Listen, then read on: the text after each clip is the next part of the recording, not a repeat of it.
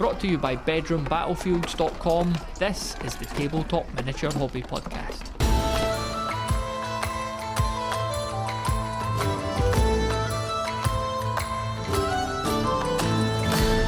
It's question of the month time, and that question was, which person, deceased or staying alive, would you love to play a miniatures game with and why? And also, what game would you play?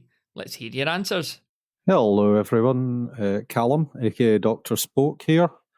I thought I had an answer to this as soon as I heard the question, but as I mulled it over, I realised it wasn't the right answer. Initially I thought, oh, that's easy. I want to play Small Wars in the garden on a sunny afternoon with H.G. Wells. Done and dusted. Then my brain started having other ideas, thinking about great generals like Napoleon, Alexander the Great, or celebrities who enjoy this sort of thing like Peter Cushing or Henry Cavill. Then I thought maybe I could give Jervis Johnson a game of 2nd edition 40k. Then at least I might win a game of something. But then, as it always does with this hobby, my nostalgia got the better of me. I used to travel 45 minutes by train every Saturday to visit my nearest Games Workshop store, and almost every time I was accompanied by another young lad who, if my failing memory is correct, was coincidentally called Matthew. I'd love to have another chance to have my horde of orcs and goblins smash into his stalwart dwarven ranks once more in a game of 4th edition Warhammer Fantasy Battle. I think that was probably what we played most of the time. Maybe one day, eh? Thanks again for the excellent podcast. I look forward to hearing what everyone is playing with Barry Gibb. And if anyone wants, they can find me as Dr. Spork on Mastodon or Blue Sky. And if you're into 3D printing, I have a bunch of Oldhammer-inspired sculpts over on Cults 3D. Tatty byes. Hello guys, hello Matthew, Jason here. Warhammer is what I'd like to play, obviously. And I'd like to play it with some of the guys that helped design it, develop it, streamline it. Thomas Pirinen, Alessi Cavatore, maybe Rick Priestley, even Andy Chambers. He did it for a short time, didn't he? And that sort of people. Even Matt Ward's adjustments in time, especially I'd like to play it with the people that cross over with the Lord of the Rings, because I'd like them to run a game where they are the game's master and they just run a participation game scenario just to see how they do it.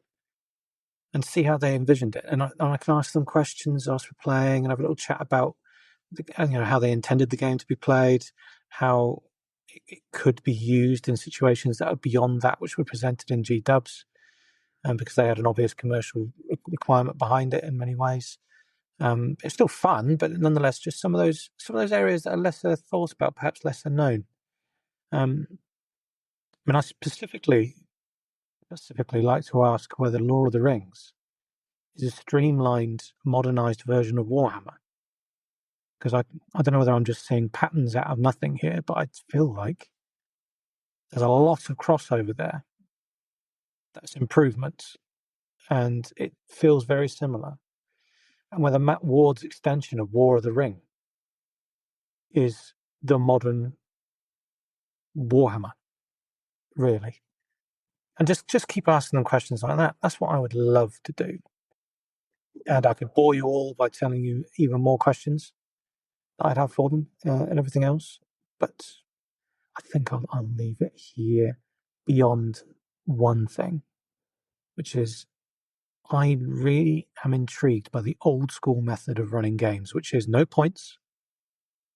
And it's a scenario basis for these are big mass combat games, by the way.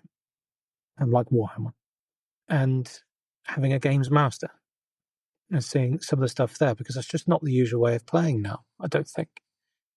And perhaps it's a shame. But roll on the October game with everyone. Matthew Beebe's podcast, Big Game, run by Mark up in Birmingham. And where we're going to run a participation game in exactly the same manner. But obviously, young'uns doing it. See if we can do it as well as them. Cheers, guys. Hey, Matthew. This is Cam of Warwick. If I could play a game with anyone in the world, the game would, of course, be Man of War, because that's what most of my hobby time revolves around. And the person would be Terry Garr from 1974, which is when she did Young Frankenstein. Would you like to have a roll in the hair? And I would play, well, it doesn't really matter what fleet I would play, but I'd ask her to play the Empire. So, she'd have to do the accent the whole time. And for why I would choose Terry Garr, well, that probably better stay my business. Our question of the month for October 2024 is: tell us about your local gaming club or hobby store. What makes it so special? How did you discover it? And what types of games or miniatures would we likely spot if we came along with you? Head on over to bedroombattlefields.com/voicemail to submit your clip, and I need them in by Thursday the 31st of October, Halloween. That link again is bedroombattlefields.com/voicemail. And now back to the show. Dave Crow here. I'm out for a walk with the dog, so I thought I would leave you a wee message. Answer for question of the month. Who would you like to play with? Dead or alive? Well, not who would like to play dead or alive with, but for my answer, the release of Necromunda back in the mid-90s was really the game that got me 100% hooked, and that'll have to be the one that I'm gonna set up to play with the pick of the people. It'll be a lot of people who would have been around at the time, so I'm gonna run a campaign with someone representing each of the 6 original gangs. So we'll start with Goliath, who everyone knows and loves as the face-painted, roid-raging bodybuilders of the Underhive. So who better to represent them than the ultimate warrior himself? So he'll be first on the lineup. The Delac, I think the best Baldy award has to go to Skin from Skunk Anansi, who I think just she's such an iconic individual. Have to give her the reins of the Baldy Bandits then. So the Orlocks, I'm going to hand over to the capable hands of famous trade unionist Mike Lynch. Then we have the Escher. The crazy Riot Girls are going to be headed up by 90s grunge icon Courtney Love. Then, who do I have left? We've got Fansar. So the 90s tech icon James Dyson, I think, is going to have to take those boys before he packs up ship and heads off to Malaysia. And then last but not least, the Cawdor.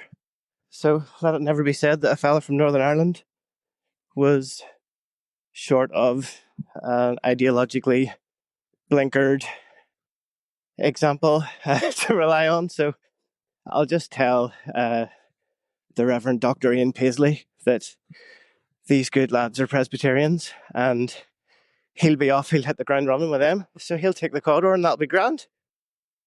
So that's it. I think that campaign would go well. Just put those 6 individuals in a room together and let the dice roll, So that'll be my answer. Thanks. Cheers.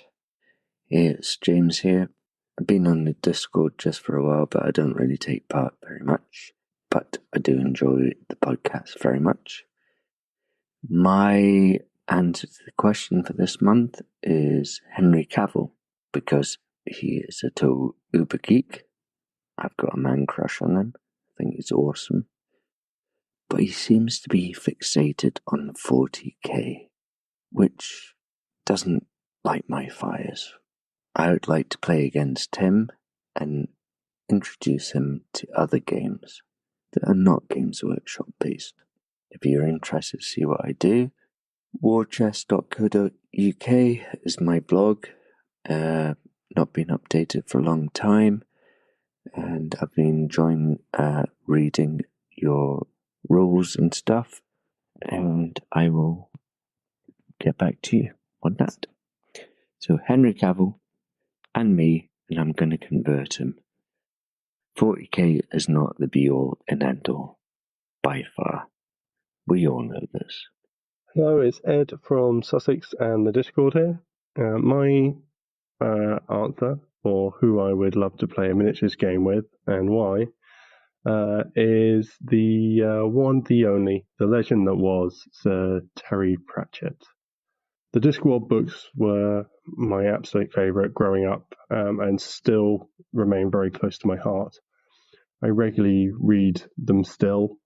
Whether I don't think I quite read all of them every year, but I would at least be reading 12 to 15 a year. Some of them I've reread double digits times, so I'm a fairly big fan. And it would be great to sit at a table with a glass of something and a miniatures game in front of us. So now the question is, what miniatures game do I go with? And I think it's actually quite an easy answer here. It would be Blood Bowl. It's quite a simple, fun game to play. It has the requisite amount of wacky silliness in it, which I think Sir Terry would have very much enjoyed. I know he was once asked to possibly write in the Warhammer world many years ago, back in the 80s, and turned down the opportunity. But I don't think he would turn down an opportunity to play the crazy fun that is Blood Bowl. So yeah, that's my answer.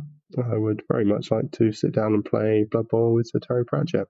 Failing that, I would happily play 2nd edition 40k with Dr. Spork. And you know what? That one's actually going to happen next summer.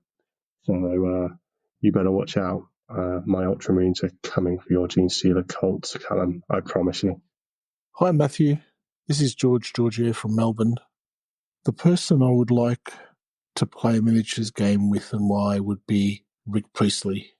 Plain and simple, he's a war games hero to me, and I'd like to play Warhammer 3rd edition fantasy battles, as that's my entry point into the hobby. So very nostalgic for me. That's it. Thank you very much, Matthew. Bye. Hello, this is Jason from New Orleans, Louisiana. Jason 4 on Discord, answering the question, the September question. And the person I would most like to play with is the Grand Moff Tarkin himself, Peter Cushing. He, it's probably no secret, but he was a big collector and painter of miniatures, and there are many of pictures of him with his collection. I don't know if he played tabletop war games. I imagine he did. I'm not sure what person would love miniatures so much and not want to see them in action in some way, shape, or form. But what I've read about him is that he was a very nice, intelligent fellow. And of course, to be able to talk to him not only about wargaming and miniature painting, but about all the movies he was in, and being Dr. Van Helsing and Grand Moff Tarkin and all that sort of thing. I think it would be really cool. He just seems like a really neat guy, and a guy that would be cool to spend an afternoon with, a rainy afternoon in some big manor playing some kind of Ancients or, World War II game or something like that. Here's a question for you. When you want to find a new podcast to listen to, where do you look? If you can answer this question for us, you could win a $200 voucher. That's part of our podcast discovery survey prize draw. If you want to do that, head on over to thepodcasthost.com/survey. That's thepodcasthost.com/survey, and you can take part. Now, back to the show. Hi, Matthew. It's Mark. In response to your September question of the month, which person, live or dead, would I most like to play a tabletop game with? Well, I'm going to slightly bend the rules, if I may, and invite a few people. And I wish for you to step with me back to 1990. It's that year after I got HeroQuest for Christmas, and I unpacked it and played with it with my brother and sister. However, how magical would it have been if I had been able to play with it, not just in my home with my family, but on the very set of Nightmare? Now, of course, Treguard, that venerable dungeon master of Nightmare Castle, will be the obvious choice to dungeon master a game of Hero Quest for us. And who better, in my opinion, to accompany myself as 3 other adventurers would be 3 people from that same era of children's television.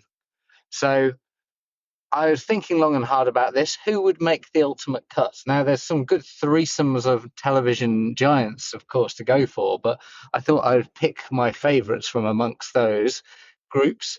So I would like to choose from Press Gang, Julia Sawala, who I think would make a fantastic elf.